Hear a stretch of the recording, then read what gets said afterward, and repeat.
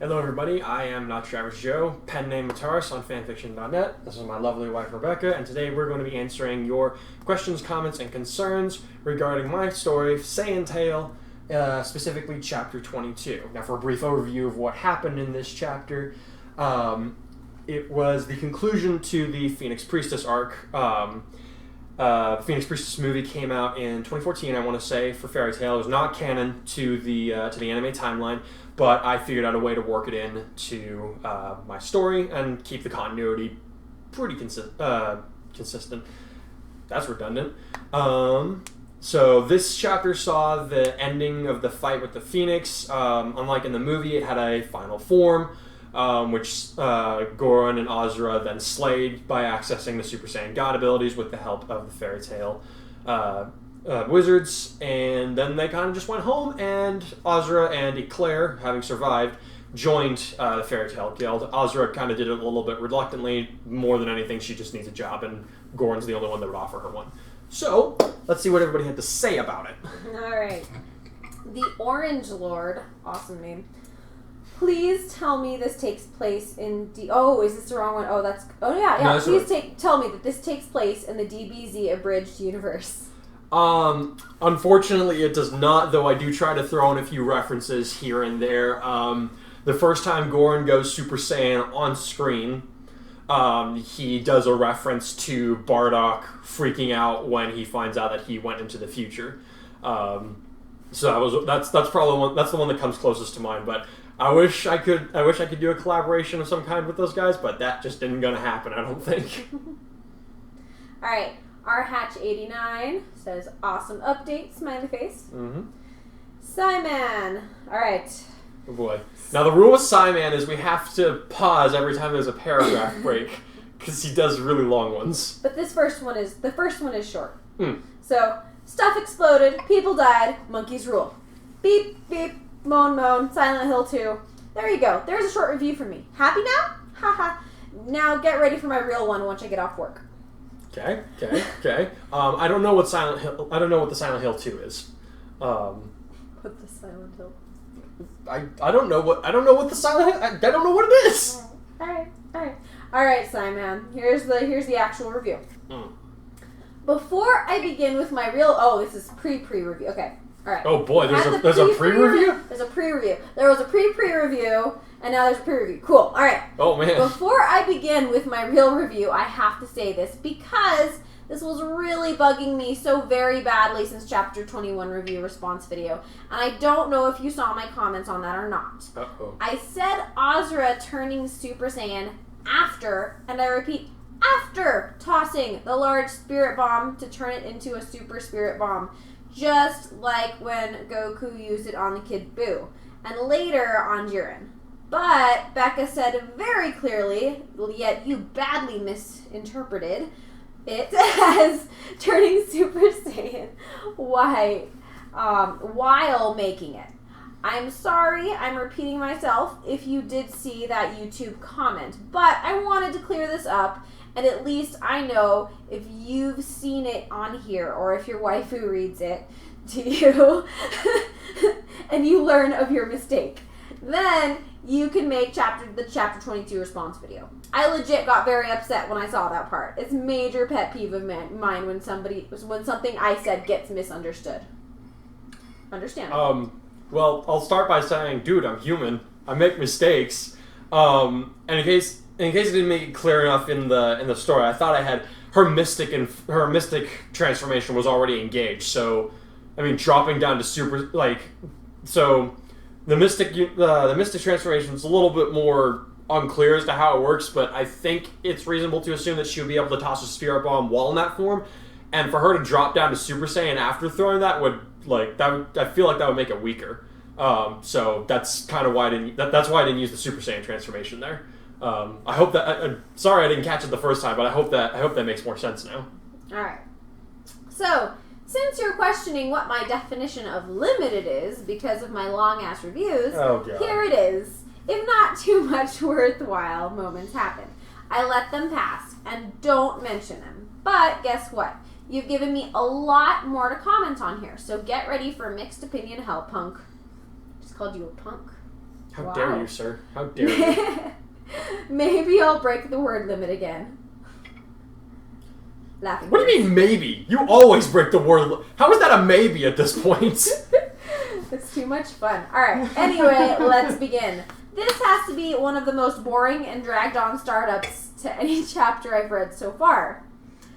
I was so tempted to skim through all of that due to the pointless and time-wasting babbling.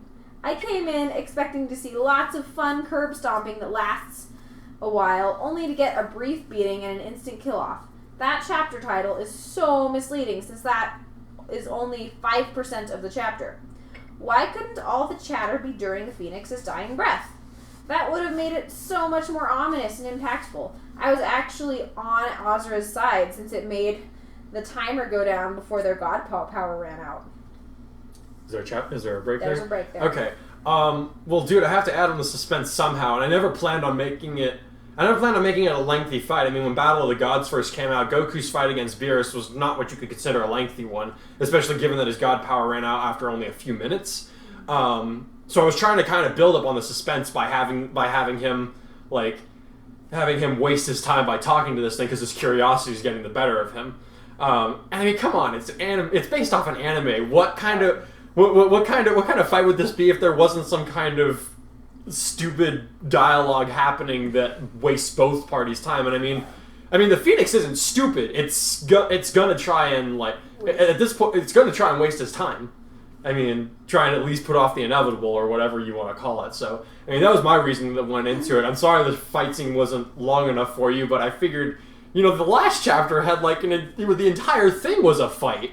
I thought that would be enough, but I guess this was just supposed to this was supposed to be the climax. The falling, the first part was supposed to be the climax. This is kind of like falling. Well, yeah. The first 5 minutes this is the climax, and then after that's the falling action. This is the end of the arc. That was my reasoning behind it. All right. Yeah, and I agree though. Sometimes I'm watching anime and I'm like, really, do we have to have this conversation right now? And they still talk and they don't ever listen to me. But exposition.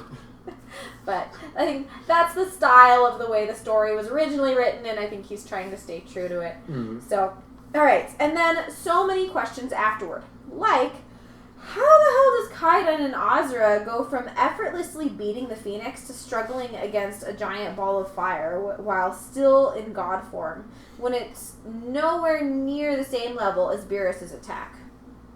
Is there a break there? I mean, there's a question. Do you want to stop, or do you want me to ask all the questions? I think we'll stop. Okay, so, yeah, it's nowhere near Beerus' attack, but something to consider is that Goran and Azura's god forms are nowhere near as strong as Goku and Vegeta's. I mean, just because they have the power-up doesn't automatically make them as strong as their predecessors. So, I mean, they do get a huge power boost out of it, but again, mechanics of the world are a little bit different. So, I mean, where was I going with that? In response to the Phoenix the dying fireball of the Phoenix, again, it's anime. That's just how it works, dude. So you're saying, are you saying they were, really worn out after beating the Phoenix, and that's why it was hard? Or it was just that much harder? I think it's a combination of both. I mean, Azra fell out of her god form, pretty quickly, which meant that Goran was shouldering most of the weight. So, yeah, it's going to be a lot harder on him doing it by himself than as opposed to when he's being helped by another Saiyan deity.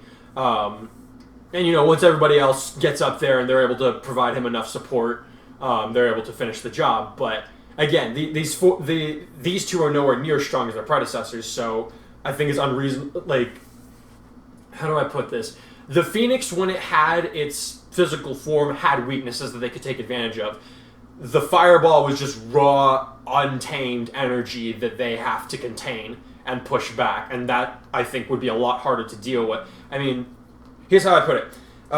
Imagine you've got a bomb. It's a lot easier to contain the bomb before it goes off. All you have to do is take apart the right little bits, and it doesn't go off in the first place. After it's exploded, containing that is quite another matter. That's kind of how I view that whole thing.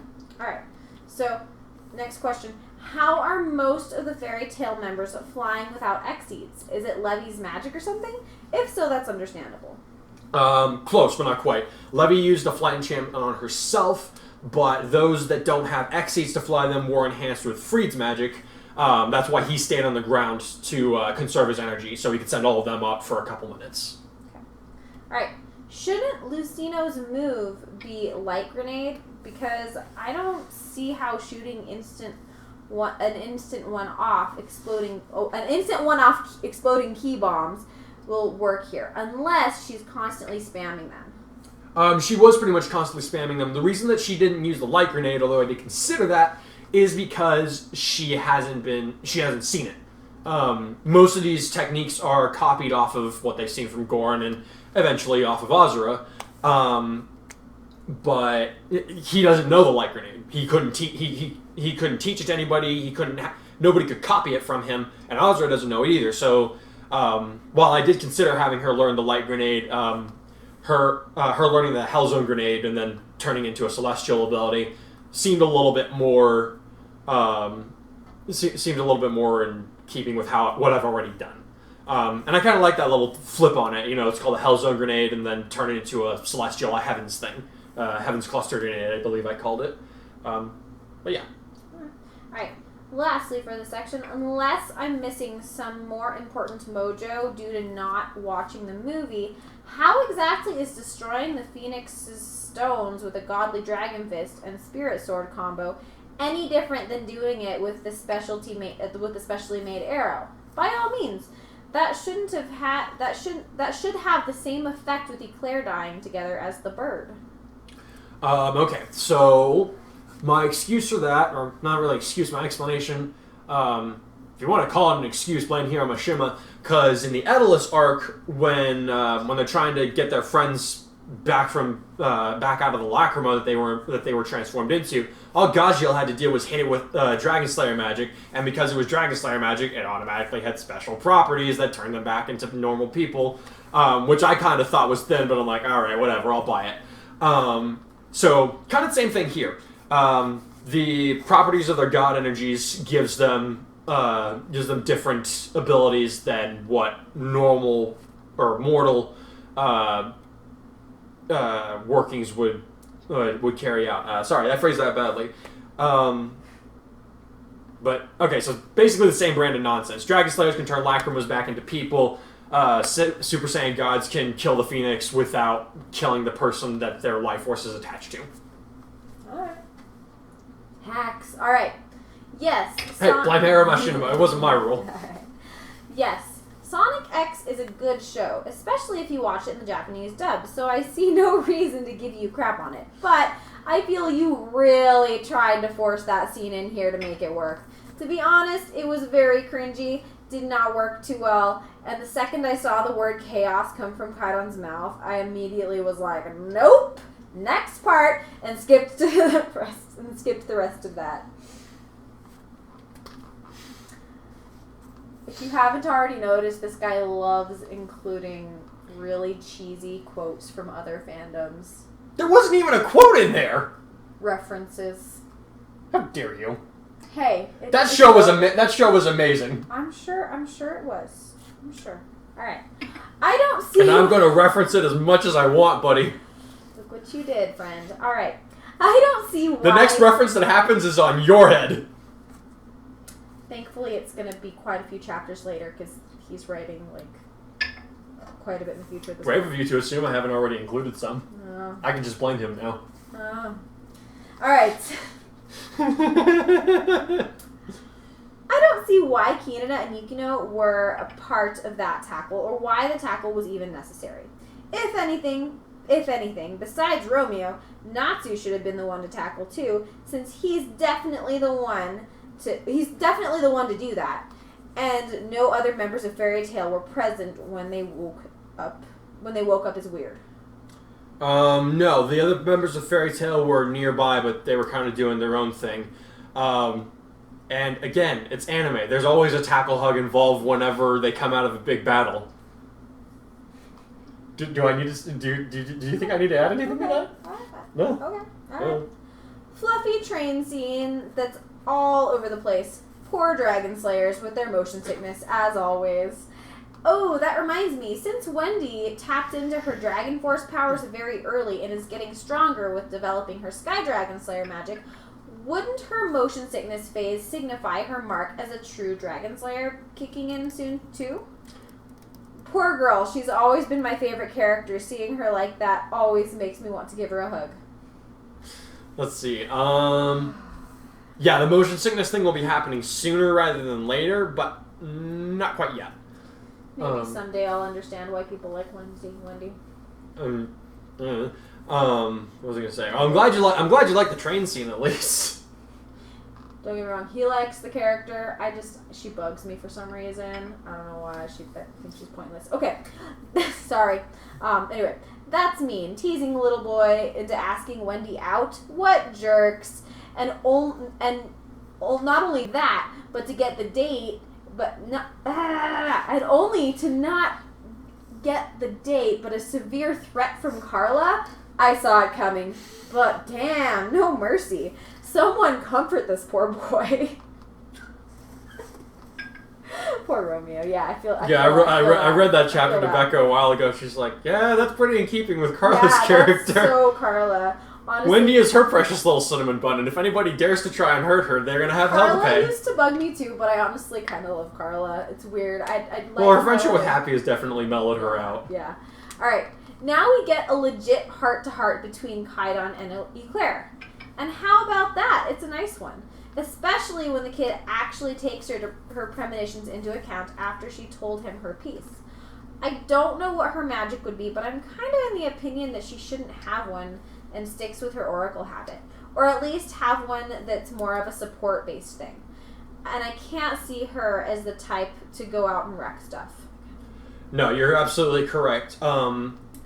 So she explained in the so there's a 20-minute OVA type thing that comes with the movie on the Phoenix Priestess movie on Blu-ray. She explains she doesn't have the power to see into the future. She just kind of looks at a person and she has a gift for kind of like reading their history, and from that she can kind of tell like where they're headed with their life, and she gives them advice, usually to the contrary because they're about to get themselves into some kind of trouble. And just then sends them on their way. So she doesn't have the ability to see the future. She's just very perceptive, which I imagine would come from being around for like 400 years. But in regards to what role she'll play, so she will be joining Team Natsu. She's going to be roommates with Lucy. She will have more of a support role than anything. You're absolutely correct. She's not the one to go out and pick a fight or whatever. She will fight if the time comes, but it's not her first choice. Yeah, I agree. She's not going to wreck stuff. Alright.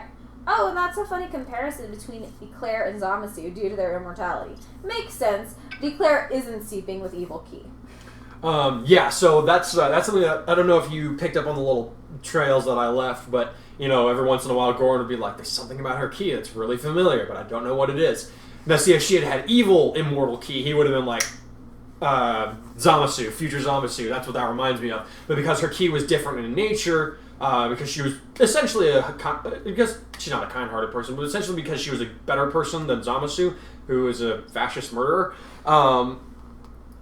the signature of energy was different enough that it kind of made him confused. So that's why he didn't pick up on it like right away. Kind of all the pieces of the puzzle kind of had to be handed to him before he figured it out. But I'm glad that somebody picked up on it. Alright. Cut immediately to Kaidon and Gray eating together after an unspecified time at his house. I think Kaidon spends much more time with Gray than any other fairy tale member here, excluding Kinana. It's nice that he confides in him for most everything instead of having a meathead relationship.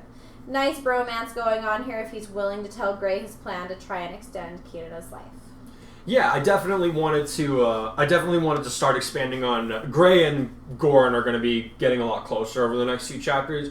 Goran and Natsu also definitely get along really well, but they kind of have each other just a whack. Mm-hmm. They don't have a whole lot of touching moments, but there will be a couple. Actually, we get one between Natsu and Goran this next coming chapter, which I'm interested to. He's either going to love it or he's going to face palm and throw his table and have to rebuild his computer again. Let's see. Never quite sure what's going to happen. Okay. That's awesome. Part 2 of Saiyan's review. I called it! Laughing face. And I had to post it as a review for a previous chapter due to the posting of 2 on this one. Ha! Nice bromance going on here if he's willing to tell Gray his plan to try to extend Keenan's life so they can be together throughout their whole lives. Sees Juvia talk. An asterisk. Slap scene away. Not needing to say any more on that subject. Yes! Oh my gosh. Finally! Next, cut to being with Jalal's team in the forest after an unspecified time. Yeah, I'm with them on the idea to not use the tears. I don't see it as a way that's worth it. Better head back to the drawing board. Oh, and I wonder how bad END would be if he ever decides to show up. Spoilers. Spoilers. Turn it off if you haven't seen. If you don't know who END is. Just don't say who it is. Okay, I won't read that next part for those of you who don't know who END is. Cut to a party at Fairy Tale at an unspecified time. Shut up! Let me have fun with this. I know you're going to comment on that in the response video. Typical Fairy Tale party. Why you gotta be like that? Only here we go with Kaidan setting Azra up for a welcoming bar fight.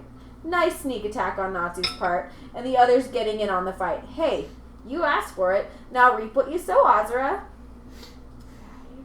I'm surprised you're calling her Azra. I thought you preferred to call them by their Saiyan names, in which case hers would be Jinora. But whatever floats your boat, man. Oh, and shut the beep up, Kaidan. Stop being a whiny little beep. Eclair was fully content with accepting her death, stop the Phoenix, and Makarov was doing the only known legit possible way to kill the damn bird. If the one dying has no problem with it, you can't say jack about it. And thank you, Mary Jane, for that reason you suck speech that was so very needed to be said against this brat in story. Have him pay the tab anyway. Wow. Okay. See, you know that Claire was okay with it, and that kind of justifies it. And I know that Goran doesn't see it that way. And something I have to keep in mind is that I don't always agree with what my characters do, even though I'm the one writing them. However, I have to keep things pretty consistent. And Goran has a bad habit, of sticking his nose in where it doesn't belong. He meddles. He has a problem with meddling, for sure. Yep. He feels like which, as you pointed out earlier, Claire kind of called him on it. Yep. So he's gonna be trying to rein in that particular habit of his a little more. Good. All right. If that scene with Kaidan apologizing to Makarov and vice versa isn't the start of the next Makarov. I'm sorry, I can't talk. I've been reading for a while. The fairy tale master is a microwave. It's been a long day, you guys. I'm sorry. Makarov and vice versa isn't the start of the next chapter, I'm going to have to have a fit and flip a table, since that would be a great heartwarming scene between these two and see them make up properly. As for the preview, you better have kept that episode more or less the same. That's one of my favorite episodes, since Asuka is an adorable and precious little cinnamon roll that needs to be protected and whom deserves to have lots of key screen time. Okay, so get a table ready because you're going to have to flip it. It's not how the next chapter opens, but in regards to the second part of your concern, for the most part the chapter will stay the same. Obviously there's going to be some influences from Goran, as there's something to keep in mind is that Goran actually became pretty close with some of the Fairy Tale members that were not part of the Tenro team. This includes Asuka, Biska, and Alzak. And it's been mentioned that him and Kino have babysat their kid from time to time. So instead of Natsu babysitting on his own, it's going to be Goran initially, and then he's going to be like, hey, Natsu, can you help me out here? Yeah. Because, so it does stay pretty similar, I feel like. And, of course, Lucy's going to get involved. Yeah. I think the sweet parts that you enjoy are still going to be evident. Oh, absolutely. In this chapter. Absolutely. And I really like this. We also get some surprise screen time from Eclair. There was something that happened in the story that I didn't plan it ahead of time, but once I had the opportunity there, I was like, yeah, I can work this in. This is gonna be fun. So I'm interested to see what everybody thinks of her not interference, her influence. I think that's all I've got to say on that. All right. So that part. If not, I'll introduce you to my friend Mr. Bang Bang. Takes out a heavy machine gun from Metal Slug and cocks it while giving you a glare. Hawkeye. Okay.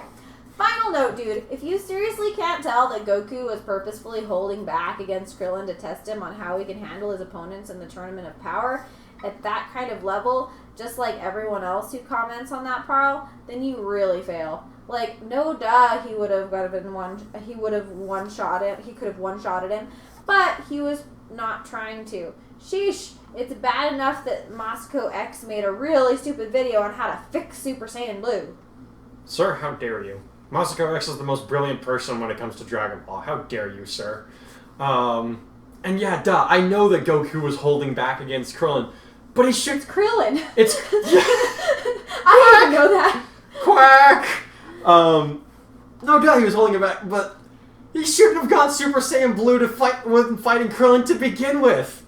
Like, kind of silly. That was really silly. I mean, maybe it was giving Krillin a self-esteem boost.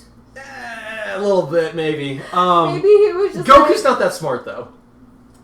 I think, well, that's the thing. We've talked about how Goku's a little smarter than we give him credit for. He's a little smarter than we give him credit for, but I don't think he's that smart. Socially, he's pretty clueless, to be fair. Yeah, so I don't think that falls under what category he's... Okay. What Streetwise category that comes under. I suppose we find out now why you and I seem to disagree on certain Dragon Ball mechanics. Because I agree with Masako. Super Saiyan Blue is kind of stupid the way that it's been written. I much prefer the way that they did it in the Broly movie, how it was like something that was kind of hard to achieve. But I don't know. To each their own, I suppose. Yes, I'm sorry that you do not. I'm sorry that you don't see it my way. But you're allowed to your own opinion. All right. So the pain of waiting for the conclusion of this is satisfied, even though it spawned many necessary questions to ask in the process. It was a good read, beside Kadon being a little beep. Nothing really triggered. We realize he's a character. He's got to have flaws if he's going to be an interesting character. Yep. He certainly seems to have held your attention for all this time. Nothing really triggered me, unlike chapters 19 and 20. It was fun, but a bit hard to follow. It's just randomly cut here and there and left me a little confused for a few seconds. At least I don't have the lingering thoughts in my head of whatever is to come next till it comes. Can't wait to see what's next. Oh, and question. At what point in Xenoverse's 2 story does the beginning of this story take place? And where would you think it would be in the current spot in the story? Do you want me to continue that? Because he kind of continues a little bit. Want to answer that first? Yeah. Okay, so it's not a long answer. Xenoverse. So as far as this story is concerned, all the events of Xenoverse 2 have already happened. Like all the DLC, everything. Like, Goron's mother is the main character of Xenoverse 2, for lack of a better term, and his father is the main character of the original Dragon Ball Xenoverse. This story takes place like a few years after Xenoverse 2 finishes up. Because of the way that time travel works, of course, Goron's quite a bit older than 3 or 4 years. So, yeah, this doesn't take place in the middle of it. It's after the whole thing. Right. Because, if you're okay with it, when I make my sequel story to my own Dragon Ball story, which is during Xenoverse 2, I would like to include this as an existing thing in the middle of the story. I plan to include TFS's... Team 4 Star. Team 4 Stars, Dumplin' and Pudlin, Masako X's Good Boy Raditz, and his daughter Ranch. Maybe even future Ranch. Dragon Ball Legends Shallot, and this cool concept I found on DeviantArt of a reincarnated Android 21. So why not add this too? But again, only if you are okay with it. I'll even add Elder Kai being kicked out at whatever point that is supposed to be at. Anywho, take care, and see you next time. Okay, well, like I mentioned, this doesn't take place during the middle of the story, so I don't know how my story would fit into yours. But if you can figure out a way to work it out, be more than happy to lend you the characters. Just let me know when it's happening. Yeah, thank you. That'd be really cool. That'd be really cool. I'd be interested to see how that turns out. I'm glad you like it enough to use it in your own creative. Good Boy Raditz is best Raditz. I like Boy rabbit. She doesn't even like Dragon Ball, and she's been listening to the Masako X. Okay, it's been growing on me. Don't give me that. You know it's been growing on me. This is true. But like the Broly movie kind of did it for me. It was growing on me for a while. Also, Vegeta being such a dad. Yeah, I love Vegeta's my favorite. Yes. What was I gonna say? Yeah, the What If Raditz series has made me like really like. It's like, I wonder if Akira Toriyama has seen it and realized what a colossal mistake he made in killing Raditz off 4 episodes in. Yeah. Alright. Joe Clone. Hey, dude. Chaos Control. Freaking Chaos Control. I'm sensing that is my BS limit. I don't believe that 2 Saiyans, no matter their age, could make that name up. So either they had outside help, or you've read the Sonic Z fan comic on DeviantArt. I have no idea what the Sonic Z fan comic on DeviantArt is, and this cartoon was awesome, and I'm going to reference it as much as I want, thank you very much. Also, ever heard of the fact that the zipper was invented in 2 different places in the world at pretty much the exact same time? It's not impossible for 2 people to have the exact same idea at different places in time. That silliness over with. Awesome chapter. The fight was amazing, though a bit bantery. Great character moments with Jinora, plus some funny fluff there at the end. Carla wasn't talking about Vulcans from Star Trek, was she?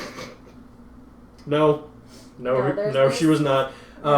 Let's see. There's different Vulcans. See, he hasn't seen Fairy Tail, so. And I didn't cover the Vulcan arc, which is like at the very beginning of the show. How would we describe Vulcans? They're like these giant stinky ape things that try to kidnap women and take over the bodies of men to keep living. So they're really awful. They're pretty annoying. Yeah. But anyway, Vulcans. Natsu met Gildarts. They're a little obsessed with Lucy. If that gives you any idea of how they are. Natsu met Gildarts, like, officially for the first time after he had his butt handed to him by a Vulcan who was trying to take Lizana away from him. So they're not nice dudes.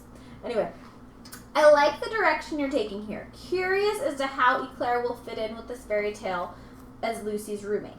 Oh man, when Natsu barges into her place now, I can only imagine the hysterics. Yeah, I'm actually kind of looking forward to seeing that too. The foreshadowing is only making this taste better. Again, total fairy tale noob, but sheesh, E&D sounds ominous. You have no idea, bro. I'm really glad you haven't spoiled it for yourself yet. Alright. Yeah, and don't. Don't. Freaking don't. It's like, this is a big bombshell. You want to experience it the way that it was meant to be experienced. Alright. Majin Lightus. Great chapter, mate. The story is coming along nicely. I feel bad about laughing at Romeo when he said that Carlo would claw his eyes out. Oh, come on. That was funny. You don't need to feel bad about it. But I can see Carla saying that and then doing it. And then a guest said, update soon. Well, good for you, because I'm going to be updating tomorrow after I finish editing this video and put it up on YouTube. So I'll put a link down in the description below. And I did get a private message concerning this. So it should be on this other tab over here. All right. Private message. From Absolute Fury. Absolute Fury. Since you're getting more into this pairing stuff, I was wondering who you were planning to pair Azura with. I know it's super early for any of that stuff, but I just wanted to give you an idea. Seeing as she is the polar opposite of Goran, I feel like she should be partnered up with a Saiyan instead of a human like Goran. Since there aren't any Saiyans left, I guess that Saiyan would be from Goku's bloodline? Just don't go too crazy. I mean, again, I feel like everybody's forgetting Universe 6. There's a whole other planet full of Saiyans, and I'm sure some of them have made their way into the Time Patrol. So there's always that. Interesting thought. You'd be correct. She even talks about it at one point about how she wishes there was like somebody who could throw down with her on an equal footing, but there's, at least in her opinion, there is nobody. And Goran's kind of like, these guys might surprise you. Yeah, so we'll have to. I feel like her. I do have a plan. I do have a plan for her. Yeah, her character's gonna have to come a long way before she's ready for a relationship, or just really any kind of really good friendship. She's kind of like at this point. She's kind of like Gray. Like she doesn't need anybody. Yeah, like, she's sufficient. She's content being on her own. May not always be that way, but for the time being, she's very self-satisfied, and that's just the way she is for now. So, anyway, is that it? Was that all of it on the message? That is all that's on the message. Okay. Alrighty. Well, I hope that we have sufficiently addressed your concerns. And I'll see you guys in the next chapter. I had a lot of fun with doing these. Do you have any closing thoughts? That's about it. Yeah. Alrighty, guys. Well, until the next time, I'm out. I can never get out without getting stuck.